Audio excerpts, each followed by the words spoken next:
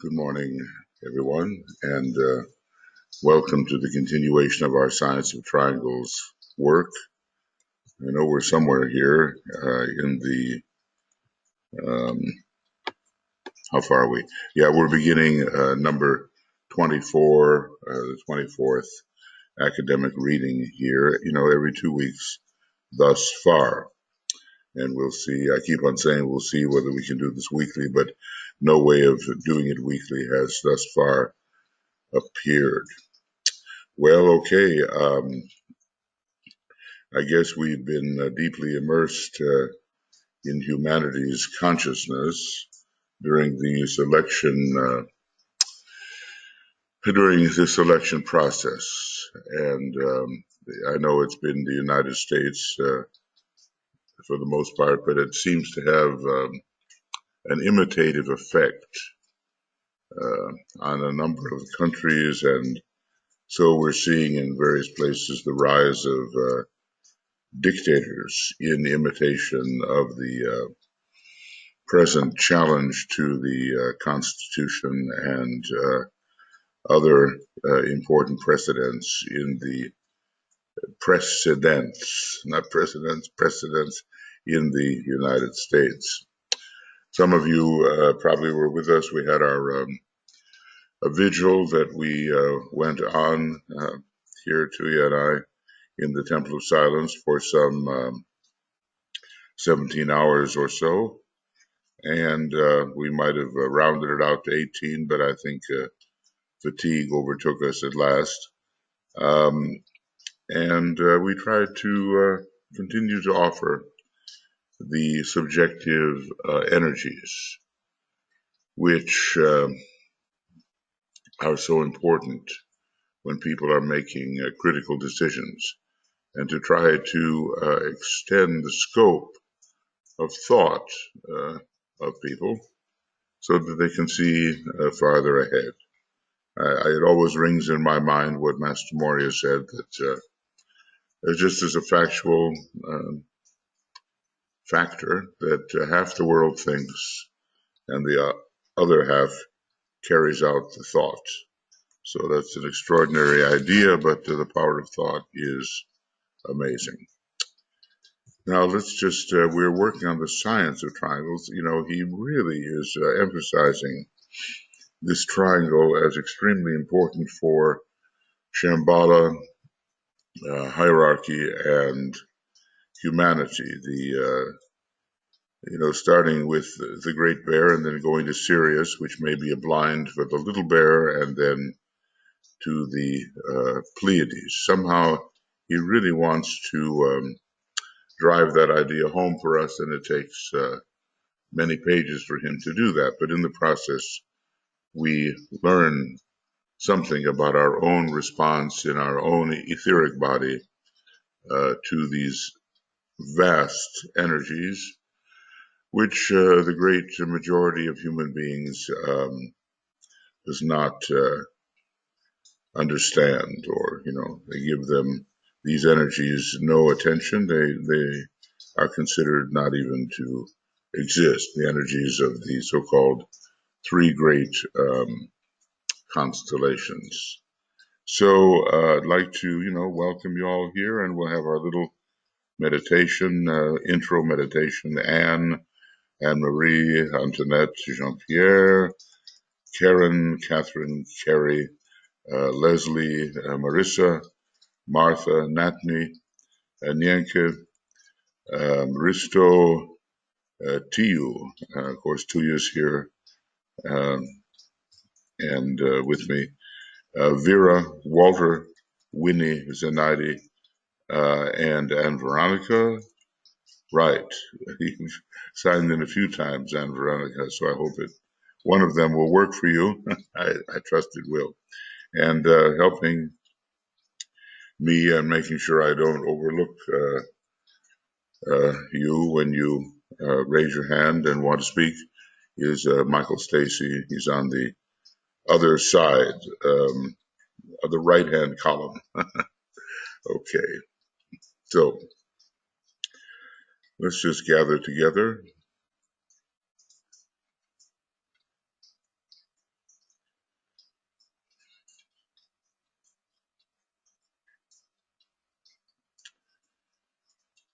and somehow in our imagination realize the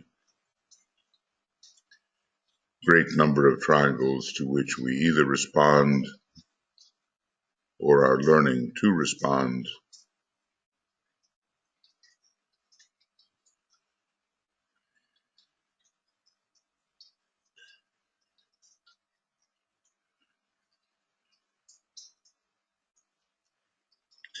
Triangles found in our own etheric body and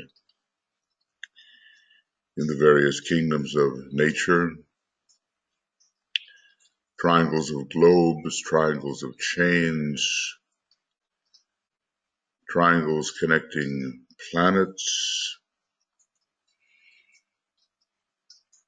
triangles related to the sun and to other solar logi. These are very remote for us, of course.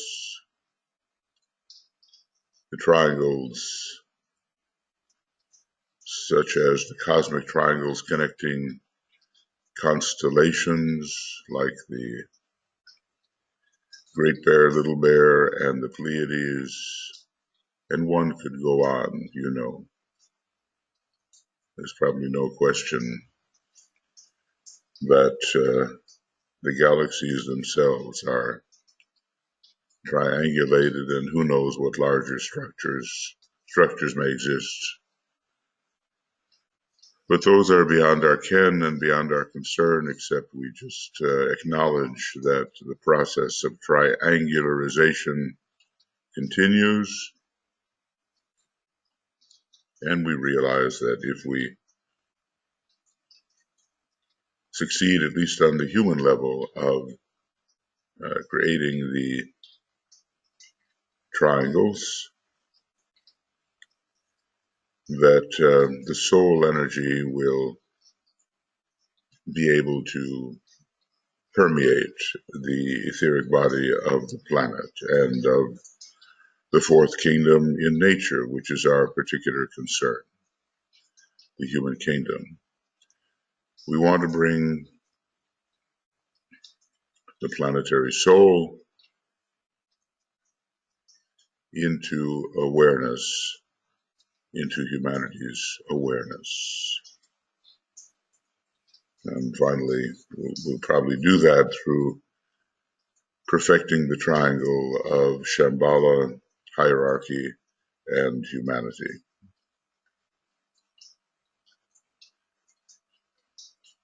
So that's just kind of a little visualization of the amazing energy milieu, which is increasingly triangulated and in which we live and move and have our being. We'll just sound the Om to confirm the sense of the many, many different types of triangles which are existent.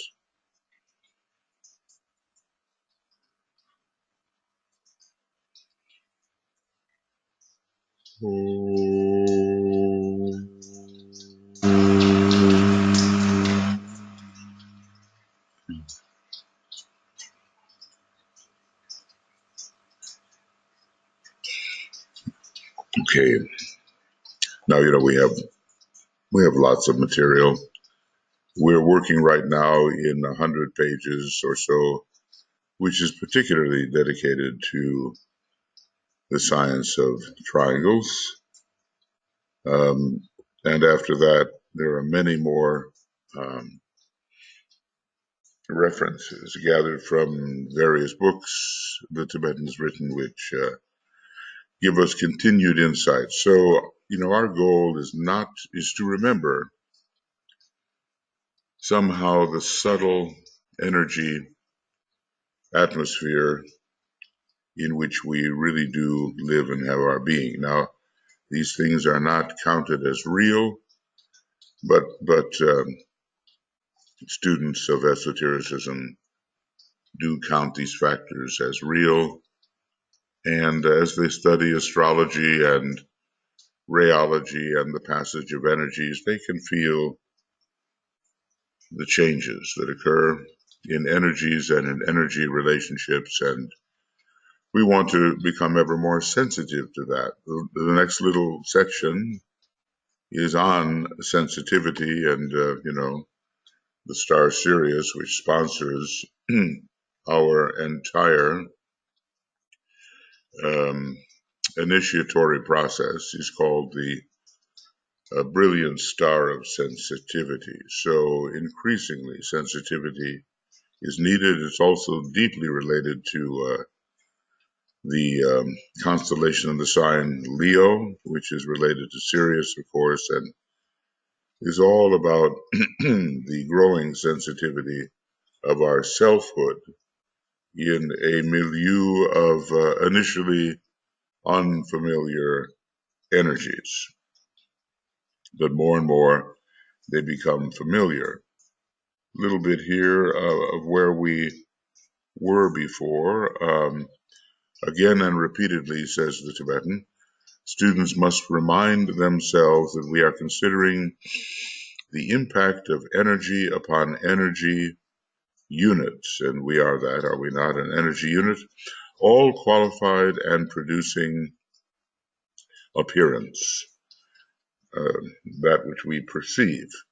And with the response of those energy units to the streams of force which reach them directly from the furthest center. I mean, what can we call that furthest center?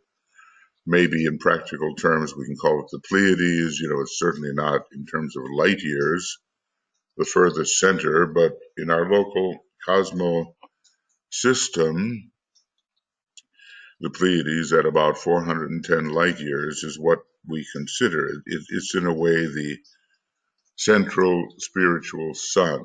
And although it has a connection with the third aspect of divinity, a very strong one, it in another way guides the whole process in our local cosmos system.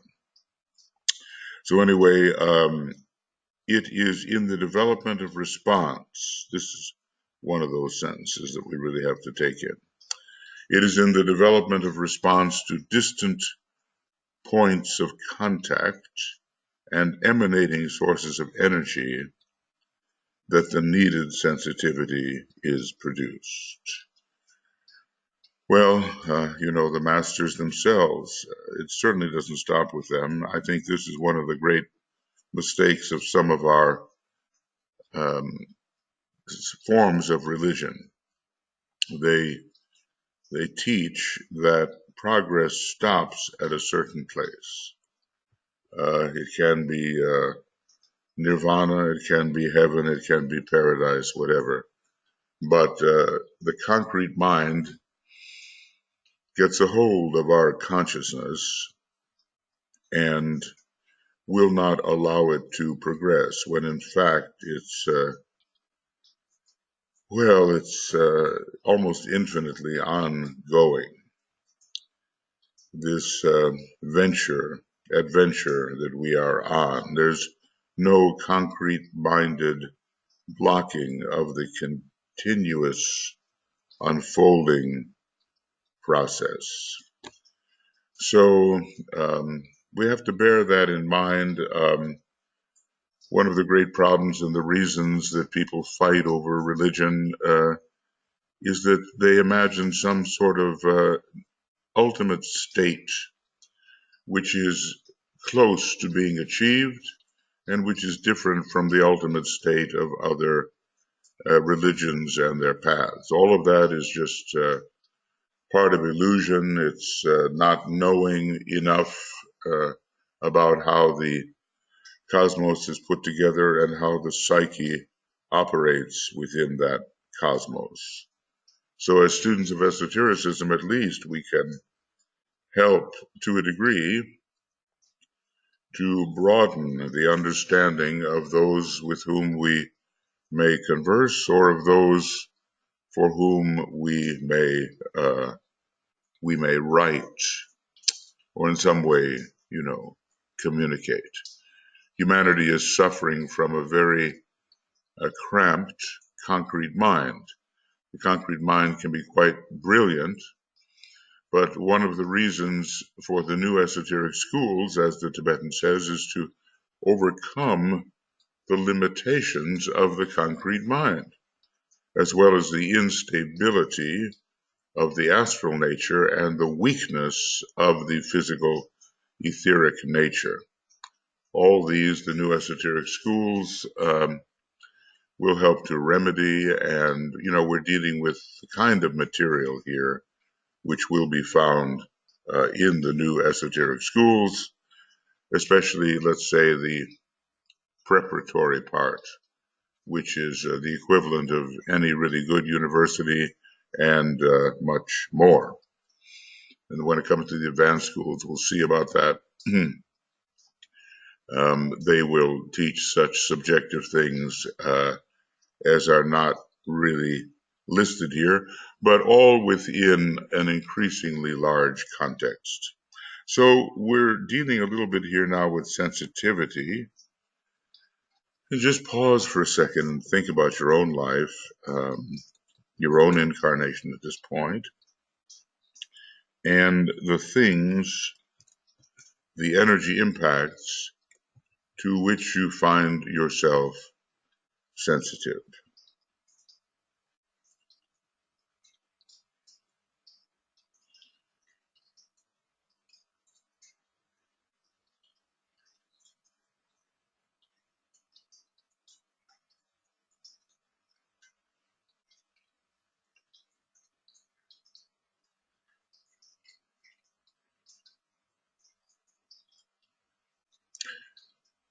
Are you, sensitive to the physical suffering of others? I've seen people who have just an instinctive response to that, probably based upon what they've been through. Are you sensitive to the emotional fluctuations of people, the changes of mood and so forth? DK tells us that being sensitive is not the same as being thin-skinned and reactive.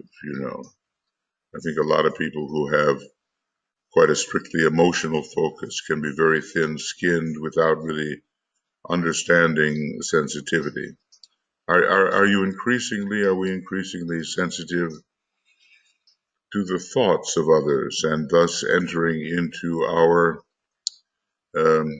heritage of telepathic interplay?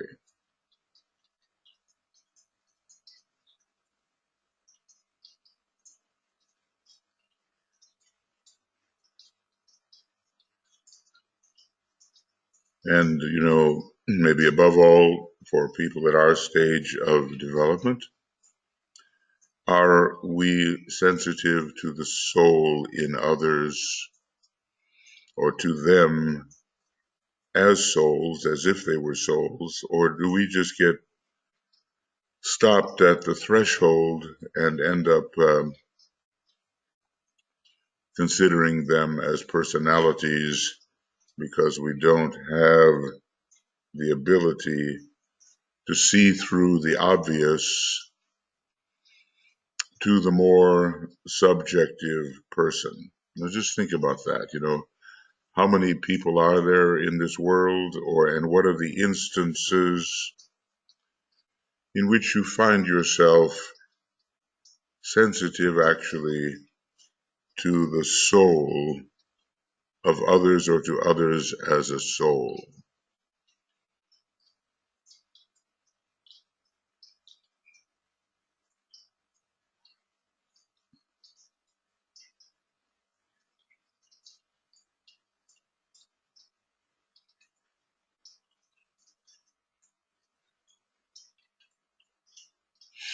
And I'll just bet that in the lives of so many of us, the more obvious factors of the personality, what they do, what they say, how they react, and all that on the outer level,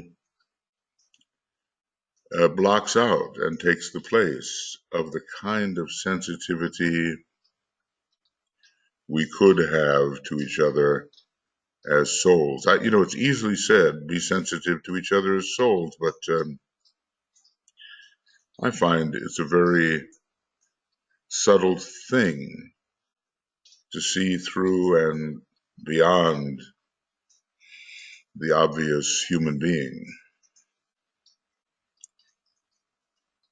And I think it's correlated with one of those soul powers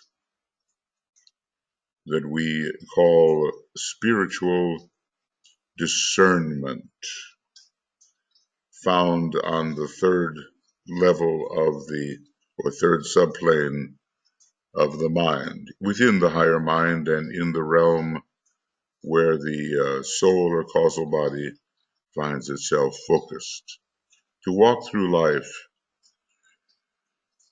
with spiritual discernment, that's a key factor.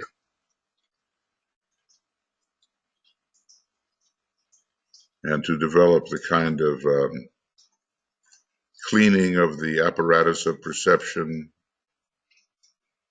the kind of tranquility, non-reactivity, the kind of quieting of the perceptual apparatus that allows us to do that.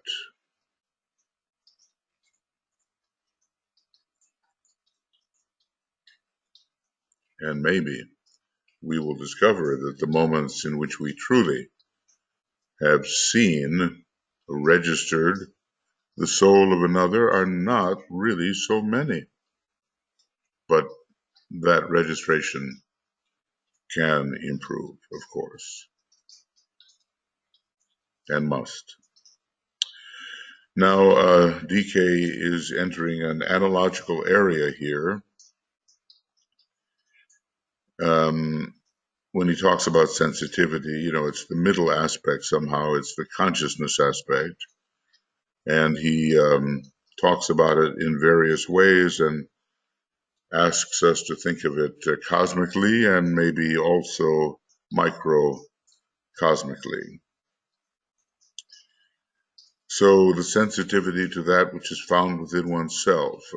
In the Leo chapter, he seems to say that Leo people particularly have this, the sensitivity to what is the self and what is the not self. And the fifth ray, which accompanies the expression of the constellation Leo, helps draw the line between self and not self. So this, when the consciousness is adequately self-sufficient, means you can think for yourself, right? You don't just have to be told what to think. Opens a door for the entrance of energies coming from the middle center. Now, what really is that? Cosmically, it's Sirius or the little bear. It's the heart. It's the cosmic Christ energy. So I should include the little bear here. The sun, the prototype of the sun, S-O-N aspect, of which the great bear is the father. And, the sun is the heart center. And if you look at our major chakra system, you find the heart right in the middle, 3 above it, 3 below. So he says, I'm speaking in symbols here for those whose knowledge of cosmic location and points in time and space will enable them to comprehend. And to the uninitiate, I simply say respond to soul impact. So whatever registers or conveys the soul is what is being discussed. And, a chain of that, can be we'll leave the solar plexus out of it. It's kind of a middle center in a different way. But the heart center, heart and soul, and the causal body is midway between the monad and the personality. It's part of a triangle there. And Neptune, planetarily, is part of a triangle we call the synthesizing planets, Uranus, Neptune, and Saturn, with Neptune being a great second-ray planet ultimately, and probably the sun in our, Helios, our sun, within our local 7 solar systems, of which ours is one. That sun is a middle center because it's the heart center. And then, as I've said, Sirius is said to be the middle center, uh, considering the Great Bear and the Pleiades. Sirius, or the Little Bear, is found in the middle. And if we go up to the Great Bear, which is such a source of the 7 rays,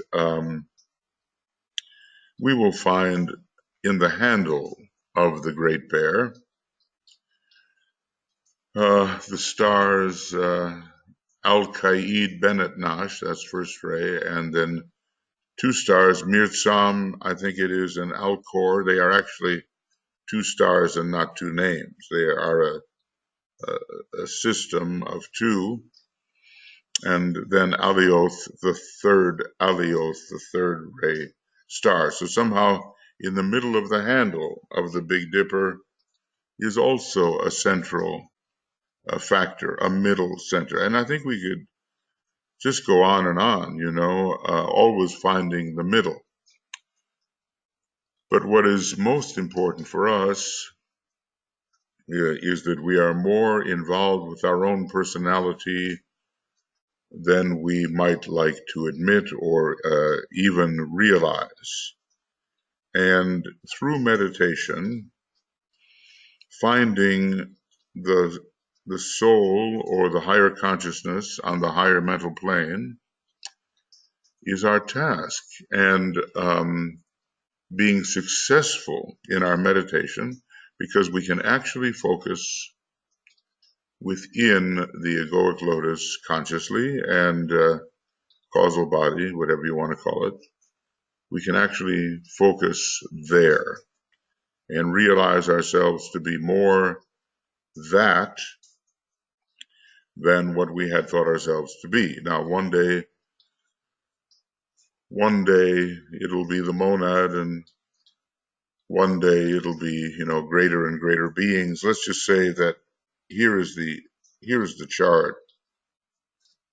And as you move up this chart, which is a cosmic chart, what we consider to be the center will always change, and we're always moving up. Now, we have to be very practical about it right now. Basically, moving up means really becoming souls in expression, understanding the input of the solar angel, the presence of the solar angel as the angel of the presence. Right now we're working on the central point of that triangle, the monad, the soul, the personality. We may venture towards the spiritual triad, which itself will become a kind of central point. And in learning to build the Antakarana, we do venture towards the spiritual triad.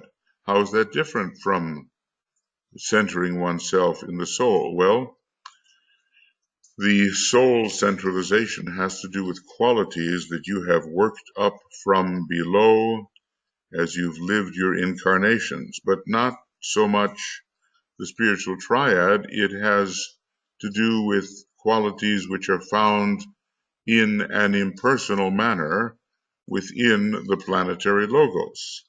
It's a far more impersonal sphere, which does not mean that at some point all of your lower energies are not transmitted into it, absorbed into it, just the way they are all absorbed into the monad. Then the monad will become a center maybe between the planetary logos and all of the planes, 5 planes that lie below it. Always there's a new center. So let's be practical. What is in meditation the center towards which we are oriented, and how do we stabilize our orientation within it. So when the Tibetan says respond to soul impact, there are many hidden energies, or what does he call them, sort of points in time and space, energy points in time and space, of which the well-informed master, like Master DK, is very aware.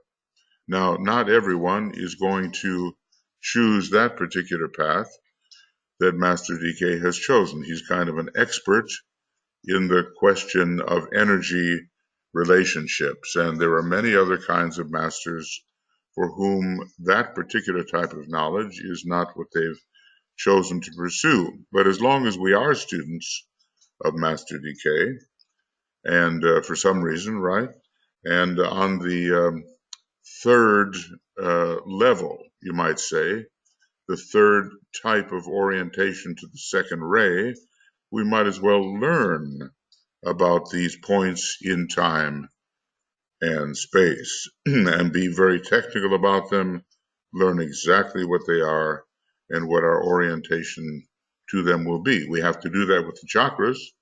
We have to be extremely and increasingly technical about what's happening in our own etheric body. And the people who are involved, in esoteric healing, they are that way. They learn more and more of the technicalities of the etheric body so they can be useful. Okay.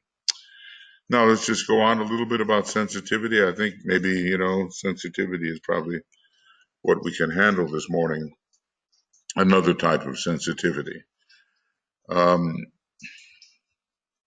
let's see, the first one, how do we name it?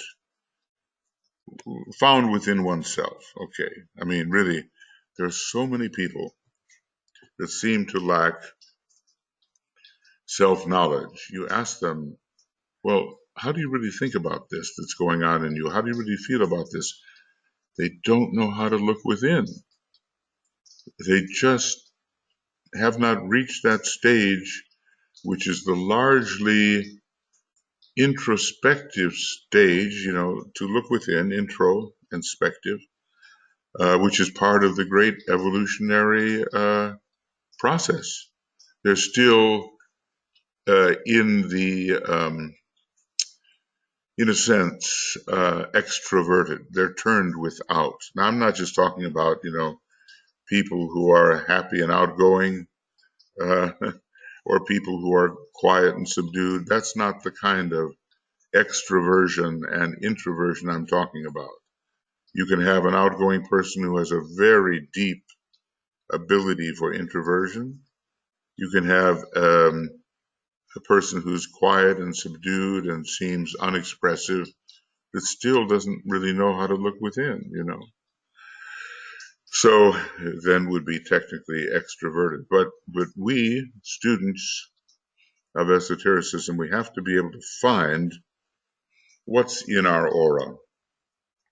At the present time, from the remote past, as it becomes useful, and we will be taught in the new schools how to retrieve the useful incarnations and what may lie ahead. It's said that the solar angel can look ahead in the case of the man, that the human being, that solar angel has under supervision, can look ahead for several lives, or maybe 5 lives, I don't know, and see what must be done.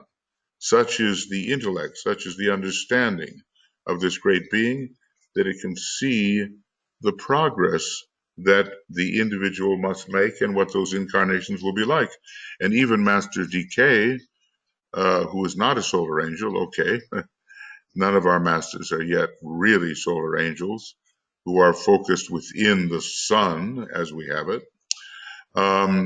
He can tell you, in this life, this will happen, and in the next life, this will happen.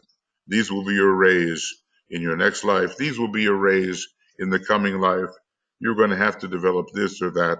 He has this foresight. and we can begin to develop it as well. Um, speculatively and with modesty, we can sense maybe what lies ahead, regardless of what other people tell you. Someone will come along and say, oh, in the next life, you're going to do this, that, and the other. It's got to be up to you, or your own converse with the soul and with the master. Don't listen to anybody when they're telling you how it's going to be for you in your next couple of incarnations. All right. Now, so the next type of sensitivity to that which emanates from the centers left behind. Now think about that word, the centers left behind, or to those streams of vital energy which lie active and focused below the waking consciousness. Now, let's say a lot that goes on in the lower centers below the diaphragm are centers which have been left behind. They still have a certain usefulness today, and one can be somewhat aware of them. There are other minor centers. He doesn't specify them too extensively, but they just really aren't active at all anymore. They were completely running the instinctual life of the past. He talks about minor centers, maybe 21 of them, which are useful for the healer. But there are all kinds of parts in our etheric body which just are no longer active. And thus it is in our planet, and thus it is in our solar system. There are bodies out there, maybe the asteroids or the psychic interpretation of the asteroids indicate some of these areas which were once prominent and which are now left behind.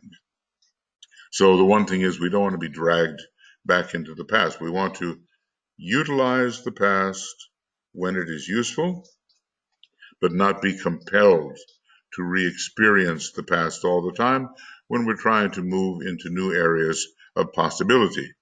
So these centers left behind, they still have, like the moon. The moon is a center left behind in terms of our planetary chain life. And that's been replaced by something called the Saturn chain, about which really nothing is said, but we do know that Saturn and the moon are a pair which seem to go together, the mother influence and the father influence. So these centers from the past, they stir the threads of memory.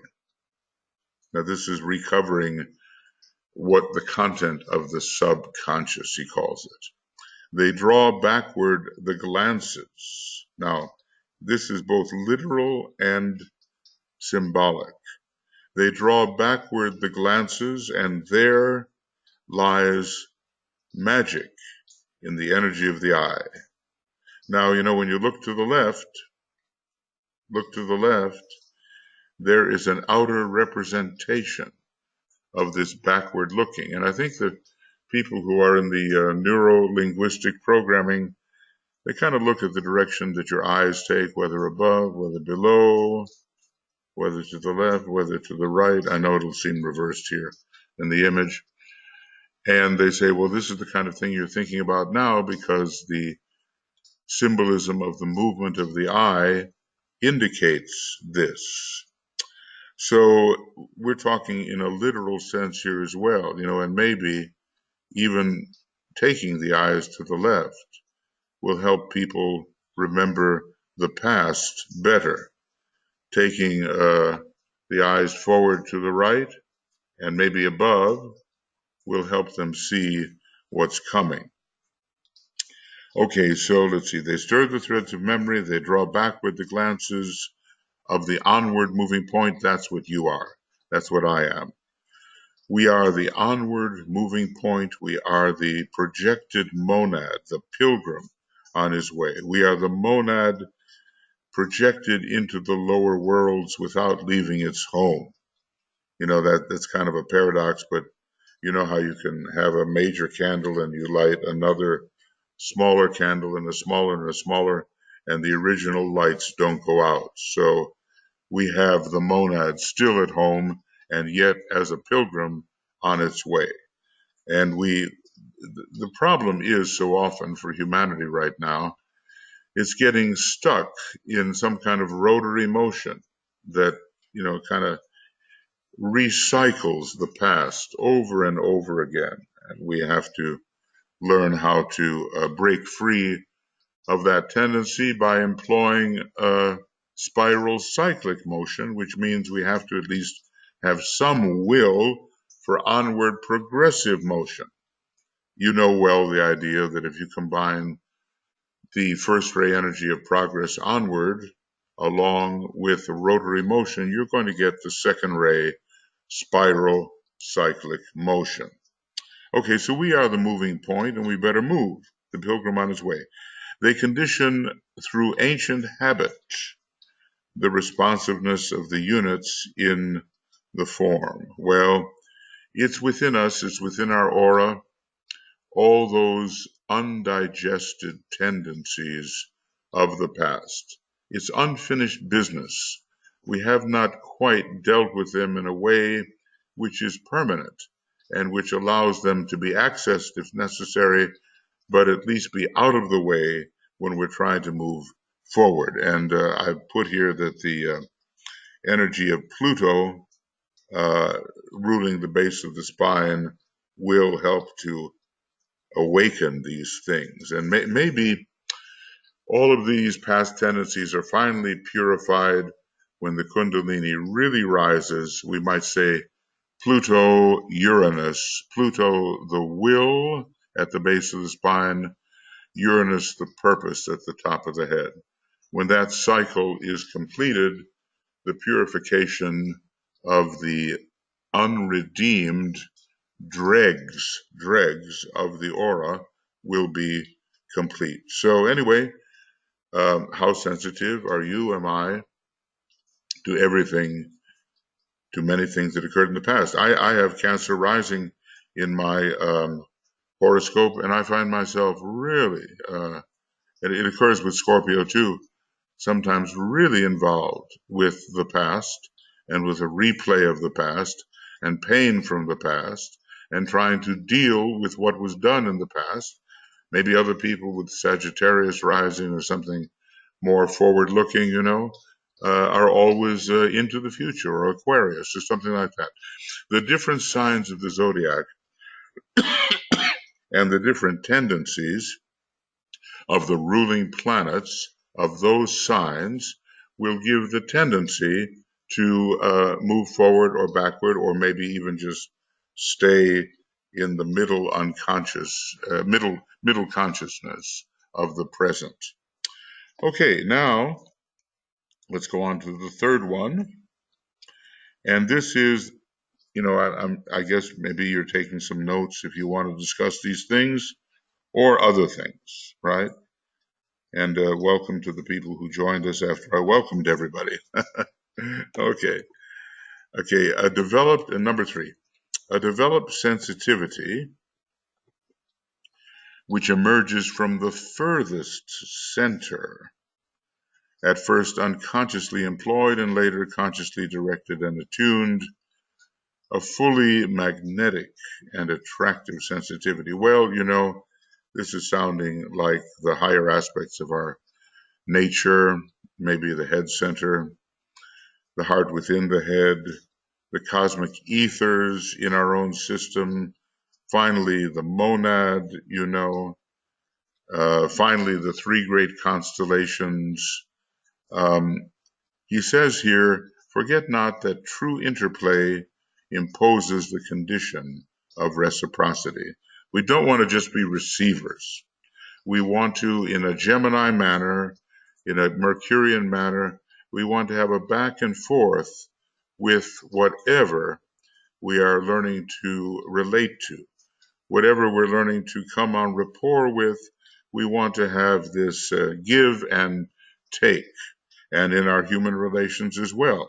You don't want to just be the one who's only talking or only receiving. You want to have what he calls here the reciprocity. So, and that the 2 points or termini of a line eventually vibrate in unison. That's the story of the Antikarana in a immediate practical sense for the esoteric student. There's a big, long process of getting that to happen, but eventually there's a synchronization of the two so that they can vibrate in unison or at least harmoniously. So we aspire towards the monad. What represents the monad in all this, maybe the great bear or maybe something else altogether, but we're reaching for the higher parts of our nature. And the heart within the head center, even the heart center can represent the Buddhic plane.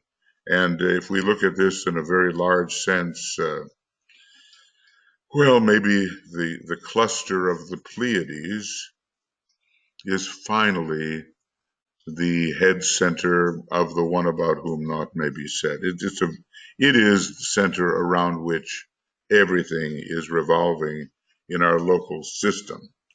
So, for the esoteric student, how high can we reach meaningfully? How far into the future can we project our consciousness? Can we come en rapport with centers that are above the usual point of tension at which we tend to live?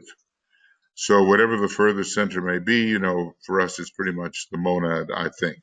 And when you look at monad, soul, and personality, we look at the monad as really the ultimate future, the personality as the past, which we should be leaving but maybe using, and the soul represents our present objective. Even though we're not there yet, it will be the place where we do focus in the present. It is the middle center between two possibilities, either going backward into the personality or forward into the monad.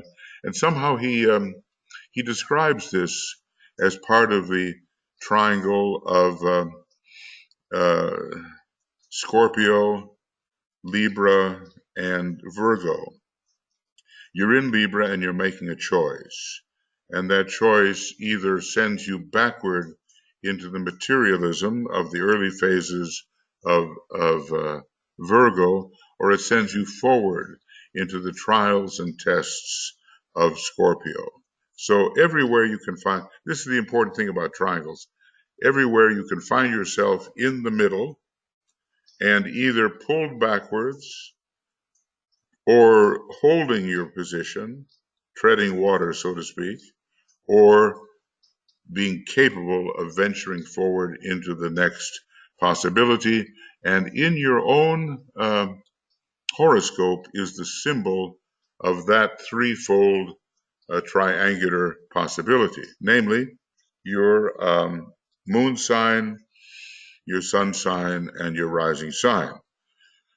The sun sign is the sun of probability, and that's where a lot of people just stay. Okay. The moon sign takes you backwards, and it's unfortunate when people have not mastered their moon and are living according to those ancient tendencies connected with the ancient centers which should have been overcome, and the rising sign drives you forward towards the center of your soul and the potency of the sun of possibility, not probability, but possibility. And there's another triangle in there too. And that triangle has to do with the triple sun, okay? And that has to do with your rising sign in the middle, your sun sign representing the past, and the point opposite your sun sign representing the monadic future. So that's a higher type of triangle, and maybe some people are engaged with that, in which case you wouldn't want to go backward into the personality. You'd want to stay centered in the soul and then moving ahead into the monadic possibilities. A consideration of a hint given earlier as to the symbolism and significance of the three eyes available for man's use will be found illuminating. I guess you can see that already, right? And their relation to the heart and throat will prove evocative of knowledge. But it's not just the heart and throat. It's, the left eye is the throat, the right eye is the heart. But what about the middle eye, the eye of Shiva? That correlates with the furthest center, that correlates with the monad, and that is a triangle here. It's an anatomical triangle which we have to learn how to use and balance. They relate to the three centers above referred to, and in their wider connotation, relate to the three planetary centers: left eye, humanity; right eye, hierarchy; and the all-seeing eye, the Shiva eye, is Shambhala. And further back still lies a relation to the cosmic center, the Great Bear, Sirius, and Pleiades. Now, this is interesting because the Pleiades function on a couple of different levels. One is a rather material level, but one is an ultimate level. So he's talking about the material level, I think, and he's saying Pleiades represent the past because they have so much to do with intelligence and matter. And I'm not just talking about this great cluster. Maybe I'm just talking about the 7 major Pleiades or the 9 major Pleiades. If you add Father and Mother, Atlas and Pleione. So they represent the past and materiality. Sirius is the central position, and the Great Bear is the future. But as I said before, the Pleiades, from a higher perspective, are the center of the whole thing. In between these planetary centers to which I have referred and their distant cosmic archetypes lie 3 systemic centers which at this time and under cyclic law, and this is what we've been studying, are Saturn, Uranus, and Mercury. Now, we remember, right? Saturn is somehow the future and representing Shambhala. Mercury is the past or humanity, and Uranus, the Mercury is the left eye in this case. Uranus is the right eye, and Saturn, in this case, has to do with Shambhala and the central eye. So this is a different kind of arrangement. When you're looking at planets, they don't only mean one thing. It depends on the context in which they are found, okay? And in between these planets and those distant constellations can be found the zodiacal triangles that are involved. In this case, Capricorn is the past and the left eye and humanity. Pisces is the present and the right eye and hierarchy. And Leo is the future, connected with the third eye and with Shambhala. For purposes of our immediate consideration, and then we're going to look at these triangles. I'm not really going to do that now, but this is what he's showing us. These triangles start the whole process downward. Now, Saturn, Uranus, and Mercury, well, that may be the present moment. It may not last forever. Other planets may take their place, and maybe they'll reverse. Maybe Saturn will take the place of Mercury. Maybe Uranus will take the place of Saturn. Maybe Neptune will take the place of Uranus. I'm thinking about the 3 synthesizing planets and how they will finally wind up. And then it would make a lot of sense, wouldn't it, for Leo and Uranus to be together, for Pisces and Neptune to be together, and for Capricorn and Saturn to be together. I don't think we're there yet.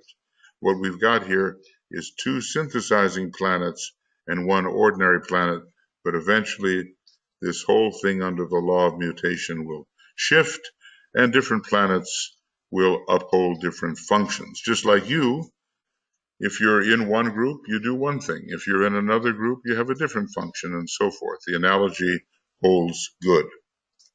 All right. So that's as far as I think we can go.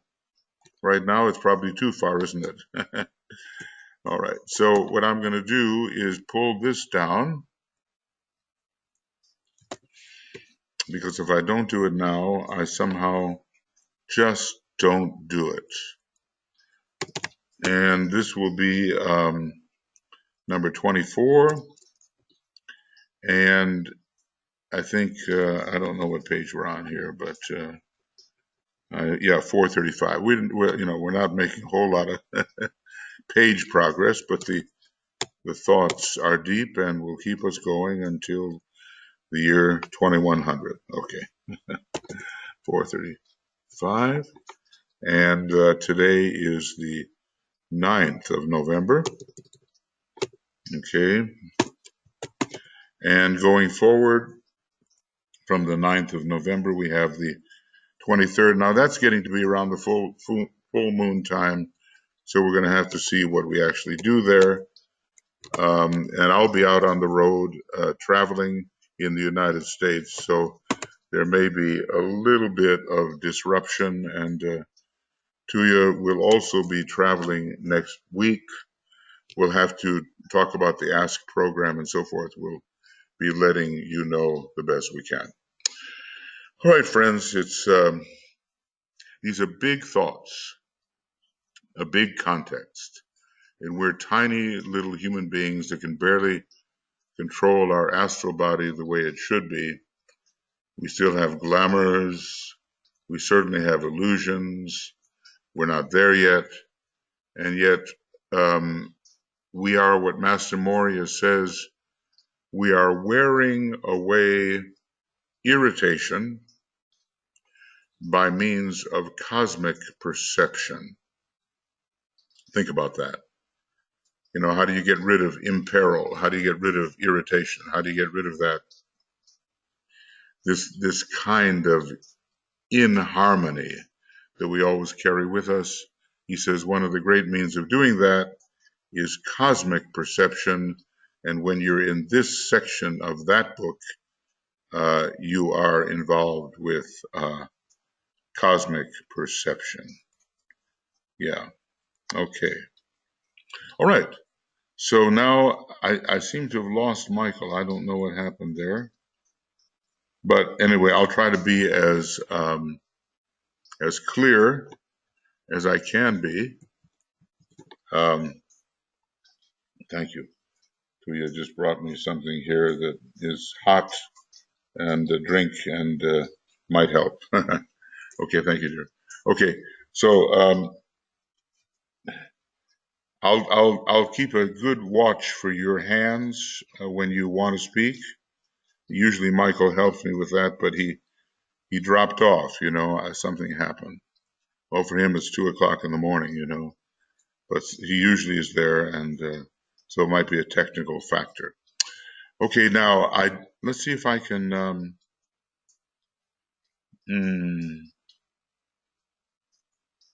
Okay,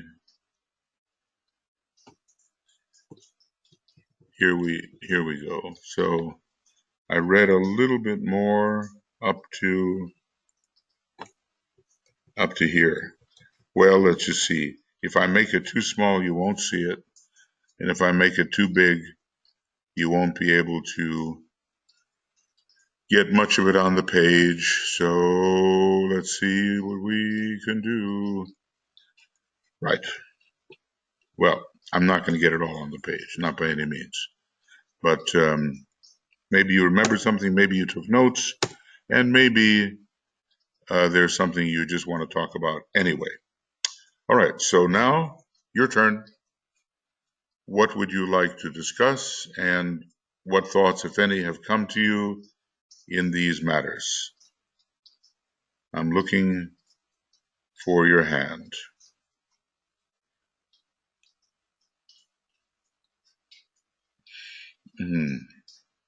Of course, I wouldn't blame you for feeling a bit daunted. Every time I read this stuff, I just say, oh my gosh, how is it that Master DK really knows all this? Where has he been? What has he studied? What has he seen? What library books has he opened? It's really the big picture. And like he said, Esoteric Astrology is my most occult book. Why? because it deals only with energies and their relationships. So let's see. Usually Michael would say, well, you're overlooking somebody here, or, there we go. Vera. Good. Go ahead. Yeah, Michael, you said a lot today, and I'm just grasping for the threads of it. But one of those things which come to mind, you said that the consciousness aspect is like the middle point, threading the water. And if we look into the future, it's more aligning with the monad. Was that, did I get it sort of? Well, okay, I think that, DK is funny about this because he says we have to transcend consciousness, and yet he talks about monadic awareness. I think what we have to do is transcend consciousness as we know it and enter a type of consciousness which is appropriate to the higher levels. Because when he talks, I don't know if there's ever a place where he talks about monadic consciousness. I think so. But always when he talks about a planetary logos, he uses the word consciousness. When he talks about a solar logos, he uses the word consciousness. So when you're moving from the ordinary type of subject-object consciousness into a higher kind, it's just a different quality of consciousness as far as I'm concerned. And it does apply to the monad and every other thing that you do. You're never going to escape the trinity of life, quality, and appearance, or of will, consciousness, and activity. Yeah, yes, I believe so. Yes. So we move forward into monadic consciousness. Now, what is that? I'm going to, if I can possibly do it, I'm going to start once again. Every once in a while I get the bug, and I want to start this identification as being process again, where we're really learning how to overcome duality. And not only that, not just in our mind, but we actually feel it. I mean, I find myself practicing it. I use certain tricks which trick my mind to stop dualizing everything. I try to get into the subtlety of this kind of consciousness in which subject and object are the same thing. That's more like what, monadic consciousness or awareness is. Yeah, go ahead, Vera. Go ahead. And similar, you mentioned a triangle opposite of the sun sign. Again, that sign is indicating monad. Yes. So what is in the triangle, please? It's the sun and the let me do that again. The sun represents the lowest point. The rising sign indicating the soul represents the middle point. And the point opposite, the sun sign, for those people who can begin to catch a little bit of what the monad is delivering, represents the influence of the monad in this life and not in general, because the sun sign keeps changing. So it's always the point opposite the sun sign which can indicate what the monad delivers to consciousness in this life. Now, of course, if you're dealing with a person who's never even heard of the soul, you cannot, that triangle that we're talking about right now is not even to be considered. I mean, it just won't work. But what you can do is you can say, well, look, you got a sun sign of X, so you should also develop the opposite qualities of Y. You can do it that way, but it's not the monad, okay? Am I being clear? In other words, if people can't even contact this higher self, you can't talk about the highest self. You cannot talk about the monad. So if you feel, or anybody feels, or thinks that there is an aspect in them which is beginning to be sensitive to the one, the monad is the one. If we're beginning to be sensitive to the 1, then maybe we can look at our chart and say that point opposite the sun sign is, after all, significant in my life, and I should meditate upon it. You know how you have a solar return every year in your astrological chart? It's when that moment comes where the sun is in the exact position. It's in the exact position it was when you were born. That's called a solar return, right? And then you make a chart up for that moment. Well, you can do that for a monadic return also. And you can do that for a monadic return. So, and I try that too, you know. There's a couple, 3 days right in there. If I'm born in Aries, then there's a couple, 3 days in Libra surrounding opposite that Aries point. And I look for the exact moment and I try to be in meditation at that moment.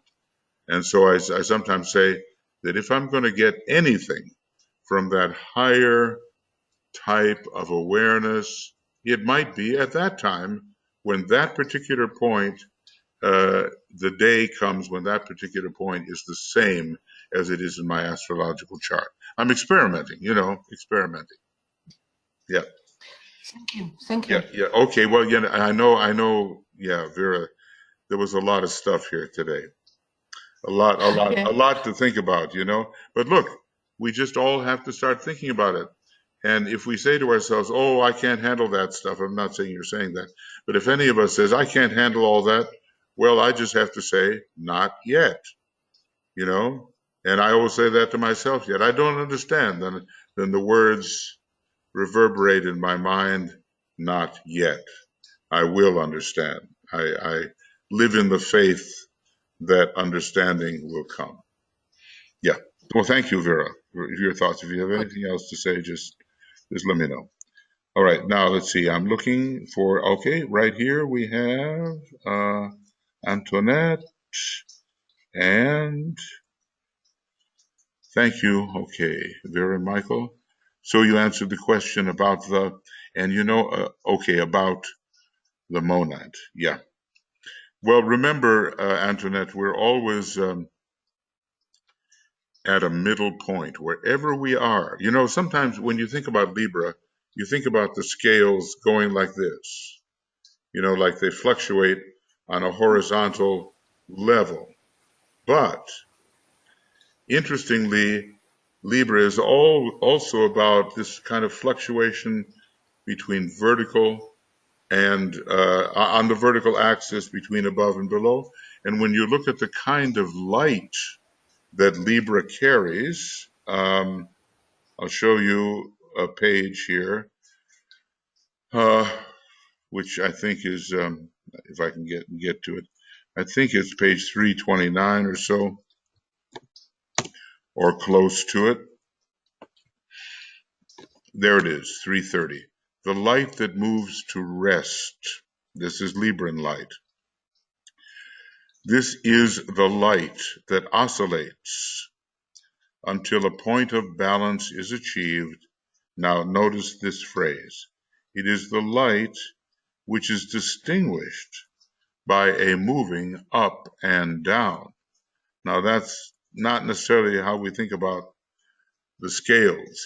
They do move up and down, but we think here about the vertical axis and always finding a point of tension between what we've already done and our highest reach, and we find a point of tension where we can actually live. And then as we intensify that tension, then obviously we're going to be moving, at least symbolically, up. What it means really is that we've intensified the point of tension to the point that we become aware of a lot more than we could be aware of when we were at a lower point of tension. So the key to progress, DK says, and if you want to accomplish more in a in a few hours than in many years, intensify your point of tension. How do you do that? Intense focusing. The more we can focus and exclude distracting energies, the more we can zero in on what may be available that we've never detected before. So wherever we were here in trying to answer that question of yours, yeah, it's about the monad. One day will be a middle point. Right now, it's a point towards which we really reach faintly as we try to establish oneness where there was duality before. That's not an easy thing to do, but we can find the way to do it. Okay, Antoinette. Now, I'm watching something. I hope Michael's okay. He usually is right there, but you know, at 2 o'clock in the morning, you know how it can get. Okay, Walter, go ahead. Oh, yes. I had a simple, practical esoteric astrology question about the Great Bear. And that is, if Al-Qaid or Al-Qaid at the end of the handle of the Big Dipper is associated with ray 1, and Aliyah, the third star from the end of the handle, is ray 3, then does that mean the other stars of the Big Dipper are the other rays? And if so, in which order? Okay, well then it's... you know, I wish I had my, here, let's see if I can go to Google, and that will, when in doubt, go to Google, right? Okay, so let's just say Big Dipper, okay, and here it is, okay. So now I'm going to try to, if my memory serves me properly. Al-Qaid Bennett Nash, you see this? Now, 2 stars, Mizar and Alcor, they're not actually a double set, but they are seen together. Alioth, 4th ray, Megrez, 5th ray, Dubé, 6th ray, Merak, 7th ray, Fegda. Now, if you go into that book about star names, is it written by Richard Hinckley Allen or something like that? You know, the word Hinckley is in the Richard Hinckley Allen. It's an old book, but somehow he really got the mythology and the detail down. You will find some astonishing mythological references for each of these stars, which in my view at least, confirms the rays associated with them. So basically 1, 2, 3, 4, 5, 6, 7. This is a serpent star, 7th ray. This Merak, is that it? It's the 6th ray star associated with Aries and the soul. Here's Leo. This is the 5th ray star associated with the personality. And up here is Polaris somewhere. And that's more the monad. The faintest of all the stars is Megrez, which is the 4th ray star. And of course, I guess when you kind of think about the role of the 4th ray, at least at the present time, that faintness makes sense. And then right here in the handle, and you know, it's kind of interesting. Somewhere I don't remember all of it or much of it, but it says that when the bear sweeps his tail, or sweeps his tail, pushes his tail, flicks his tail, then great nations and states fall down. They are they go through a fall. Well, that fits perfectly with the idea that the 1st ray, the destroyer, is found there on the Al-Qaid Bennett Nash. It depends on whose words you're using. And if we get into, you know, Chinese astrology or some other kind of astrology, it's going to be a different name. But what I would suggest is one, look carefully at some of these names for the same star and see what we can draw from them that indicate the first ray. And meanwhile, you know, when the Tibetan talks about the pointers, these are the two pointers that point towards Polaris. Polaris, first ray. Dubhe is a fifth ray star, but it's the personality. Merik is the sixth ray star, but it's the soul. Aries, Merik, Leo, Dubhe, Sagittarius, Polaris, pointing the way into the future. So that, you know, that's just a quick little rundown on those 7 and how they're apportioned. But finding the Big Dipper, okay. On the other hand, you've got 7 Pleiades, 7 major Pleiades, and I believe if you go into the Little Bear, Polaris is the very last star in the tail of the Little Bear, and it is pointing, you know, it has more to do with consciousness. It's pointing to an expanded awareness. But when you look at the 2 pointers and Polaris, Polaris undertakes the monadic position. So everything depends on context. And that's how I understand it at the present time, Walter. Thank you very much. You're welcome, and maybe one day we'll really be able to respond. Right now, it's the planetary logoi who are responding to the influences coming from these 7 rishis of the Great Bear. But DK said, look, put them in your chart, because some of these prominent stars really do make a difference even in your own life. Alcyone, Sirius, the stars of the Great Bear, Arcturus, you know, some of these first magnitude stars that have a big lore connected with them, they can tell us something. Let's just suppose that one of our planets is conjunct one of those stars. It's going to make a difference. Regulus is a big one, okay? And how that works out in the life of the disciple. So if you go to your Solar Fire program, which I'm about to try to do, you will see, I just want to get that here. See, Sagittarius. The moon is in Sagittarius, and look at where we're thinking. Look at this. Moon and Mercury together. But you go up here to view, and you go to the planetarium, and here, the ones with the 3 pluses or 3 minuses, these are maybe a list of 50 or something like that. And you can also access a list of 250 or more. You want to put in Regulus, you want to put in Betelgeuse, maybe Antares or Formulo. And there's some strongly negative stars too. You might want to see where Algol is. I don't know if any of you see Algol here. It's supposed to be here.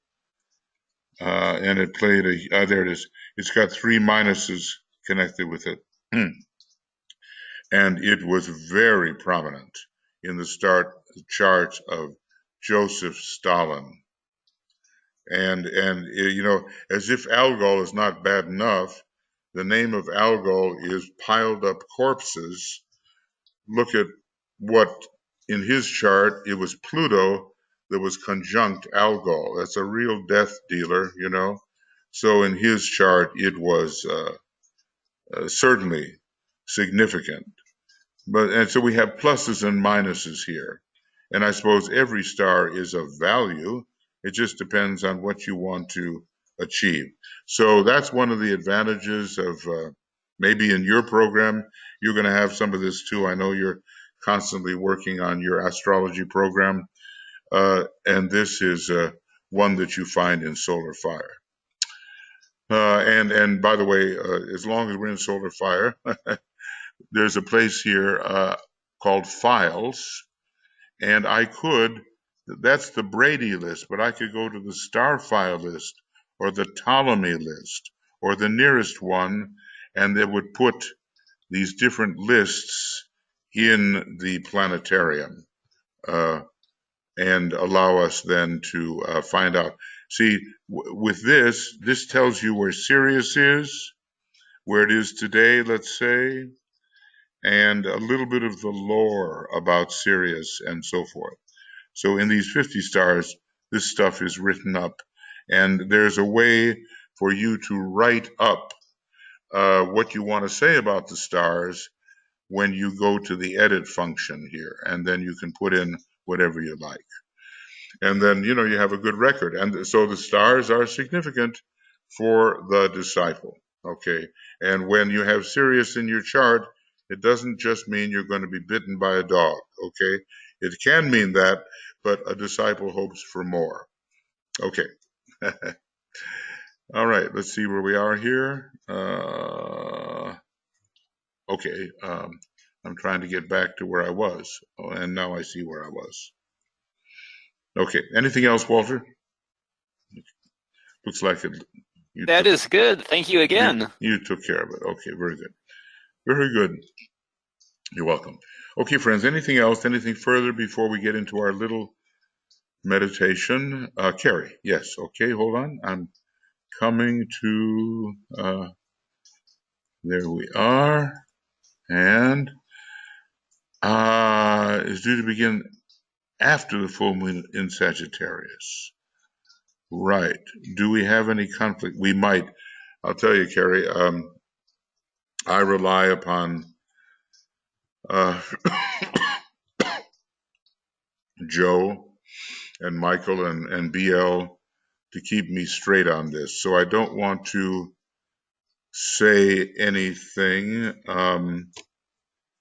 that will be misleading. I want to wait until I actually know what's going on. So, see, 2 weeks takes us to the 23rd, but you're saying that the full moon is the 20th. Let me just quickly check this out, if I possibly can. And I go over here to the lunar phase, transiting lunar phases, and apply. And we have the 23rd. Okay, so every 2 weeks I have the SCOT, Science of Triangles. And on the 23rd, at least here in Finland, it's at 7:39 in the morning, which means England time is 5:39 in the morning on the 23rd. And I'm just not sure how we've decided to do the SCOT. It looks okay on the 23rd. Wait a second. No, it doesn't look okay. No, it doesn't look okay. That's early in the morning, and it doesn't look okay. So we're going to have to find another time for that. And you've been suggesting the 20th, and maybe we put it down on a list.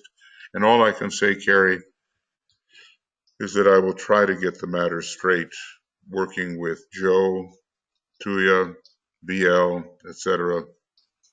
I'll try to get it straight and let everybody know. So thanks for pointing that out. Sorry to not be conclusive about the matter. Okay. Anything else, folks, or are we there? Maybe we're there. Look, I just want to end this little section with a word of encouragement. Do not be appalled by the amount of knowledge that under Master DK it becomes possible to assimilate, or at least to be exposed to. Do not be appalled by that. It's tremendous, and yet he's going to tell you, I've just given you the ABCs. But one thing is for sure, every one of us is a unit of the one, and we are not even a permanent unit of the one. We are the one. If I ask you or myself, what were you doing in the last universe, according to the Great Breath? I know these are, big philosophical thoughts. You're not going to identify some little projection, which is an extension of the one. You're going to identify as the one. You were the one in the last universe. You were the universal logos of the last universe. Now, it just sounds terribly inflated. Goodness, how can you even talk about our identity that way? But that's been the case in every universe. The one thing that we can count on is that we have been forever the universal logos cyclically appearing and making a universe out of ourselves. It's called self-becoming. That's our identity. At least, I could go further with it, but that's our identity. Not this tiny little projection for which we have a name and a location and a planet and all that. Once we pull back into our original source, we're going to find that we are the one. And even though we can't grasp that at all fully, Master DK hints at it. Let us move towards an appreciation of the fact that what we think we are that only temporarily, and eventually we rediscover ourselves to be the one. And then we can say that great second ray mantra, naught is but me. That's an amazing thought. I try to use that in every full moon meditation.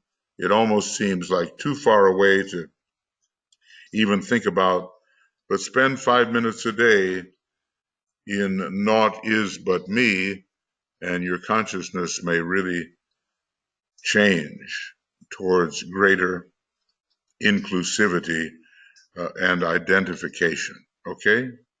I just, I get off my soapbox there, but I love to bring that forward. Okay, well, I think now Michael would normally tell me, but I think I have everybody, and now we'll just finish with a little. Now, remember tonight, we have our, if you can, we have our dissipation of glamour meditation. Again, it's going to be the evening schedule. That's really what we're on, the evening schedule, but we do science of triangles when we're on the evening schedule in the morning. So at 6 o'clock, and sorry for that for some people, I'm really sorry, but we can manage it better at 6 o'clock GMT. We will have the dissipation of glamour. Now, incredible manipulative glamour is going on at the moment with people in combat trying to establish their point of view, even if it means being untruthful and manipulating the other. And we're going to try to focus in on that for truth and straightforward dealing instead of manipulation.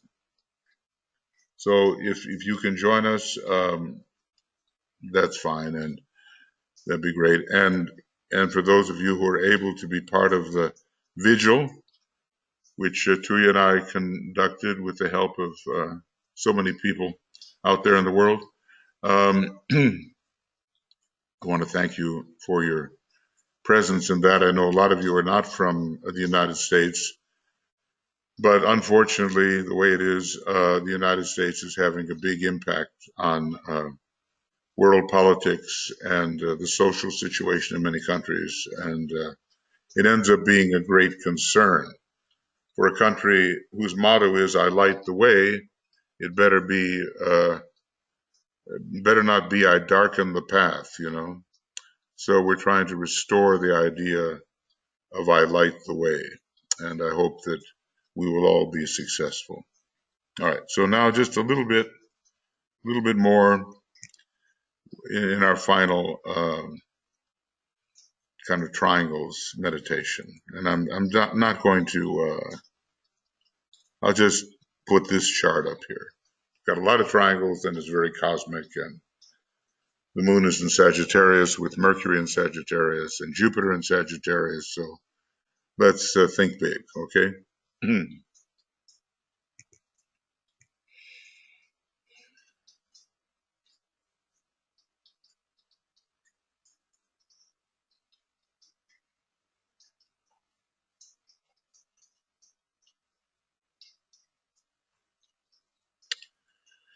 So we are a group which tries to appreciate and participate in the growing number of triangles on our planet, in our solar system, and farther into the cosmos. Just appreciate at least, although we can't do anything about some of these later triangles. We realize, however, that by working in even one triangle, and maybe more, we can actually help to recondition the etheric network of our planet. Now think about that for a moment. We're contributing to the triangularization of our planetary etheric body.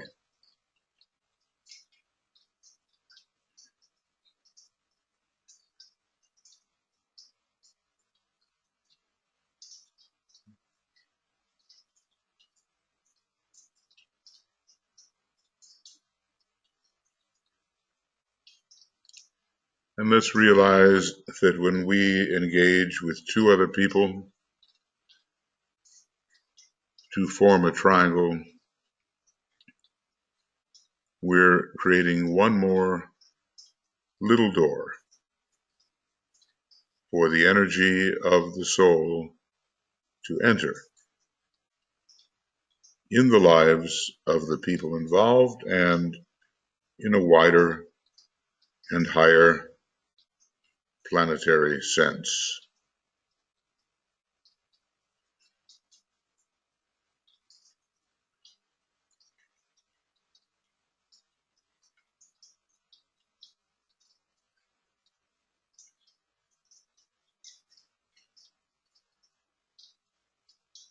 So this is a living activity which must go on. And it's not just a personal activity, it's a soul-centered activity. It is a solar systemic activity. It's finally a cosmic activity. At least we can appreciate that with our mind. The universal soul will one day pervade all of what we call universal space, and triangularization on those high levels will facilitate that.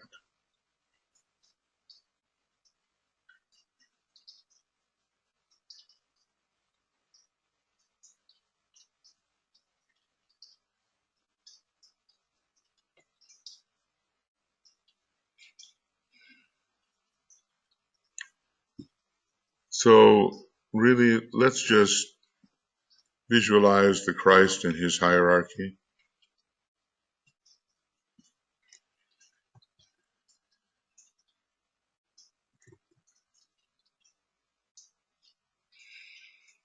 And make a commitment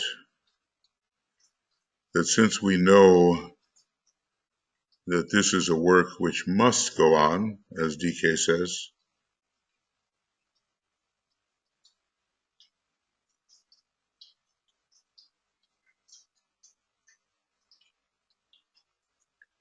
that we will actually help it go on, help it go forward.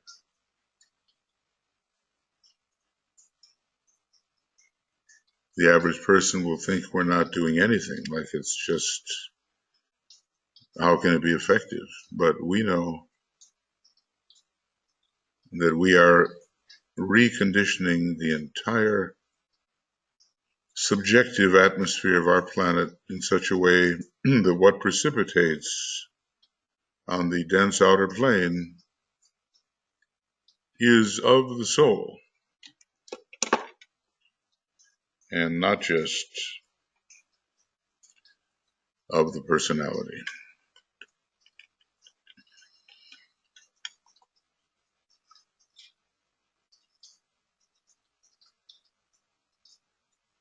So it's a simple activity, it's profound, and it has to grow in importance in the realization of many people in the world. They can do that, and we can help them become aware of it. So what we're going to do then is to close with the sounding. Okay, maybe I can find this, huh? Of the great invocation. We'll close with the sounding of the great invocation.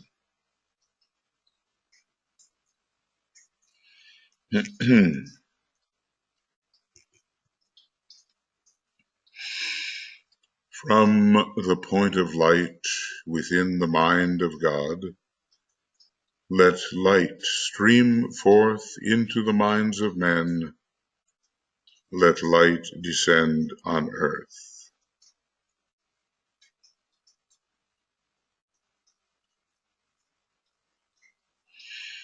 From the point of love within the heart of God, let love stream forth into the hearts of men.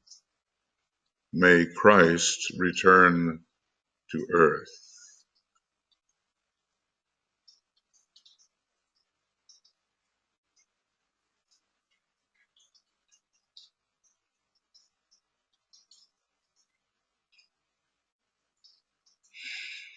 From the center where the will of God is known, let purpose guide the little wills of men, the purpose which the masters know and serve.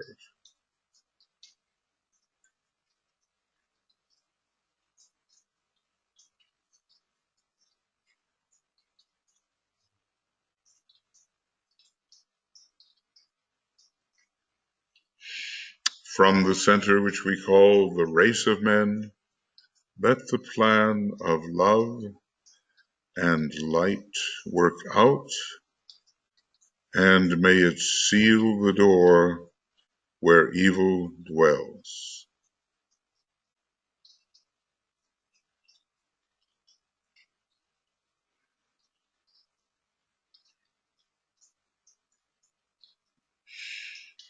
Let light and love and power restore the plan on earth.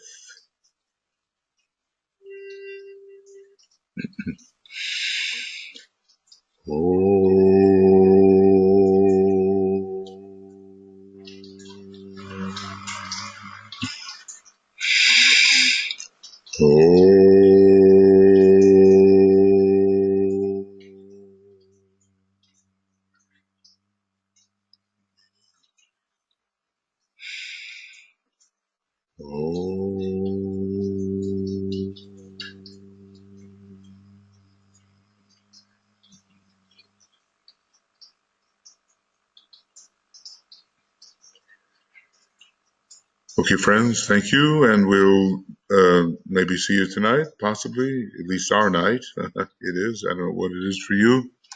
And Saturday, we'll continue with the Soul of Nations. Meditation will be in the evening. And Sunday, Soul of Nations in the evening. As I say, next week, might be completely different because Tuya will be traveling, and from the time of the middle of the week, I'll be traveling too. I'm just not sure about what I can do in Arizona, arriving immediately and then jumping into it. I'm not sure. So I'll send some sort of notification to the constant contact list. And if for any reason you're not on the constant contact list, you should be, because then all of the schedules changing and whatever will be available to you. So let me know, and let Joe Waltz know at the same time if you're not on the constant contact list, because I think you will find it a very great convenience. Okay, lots of love, many blessings, and we'll see you at the next occasion. Think triangularly.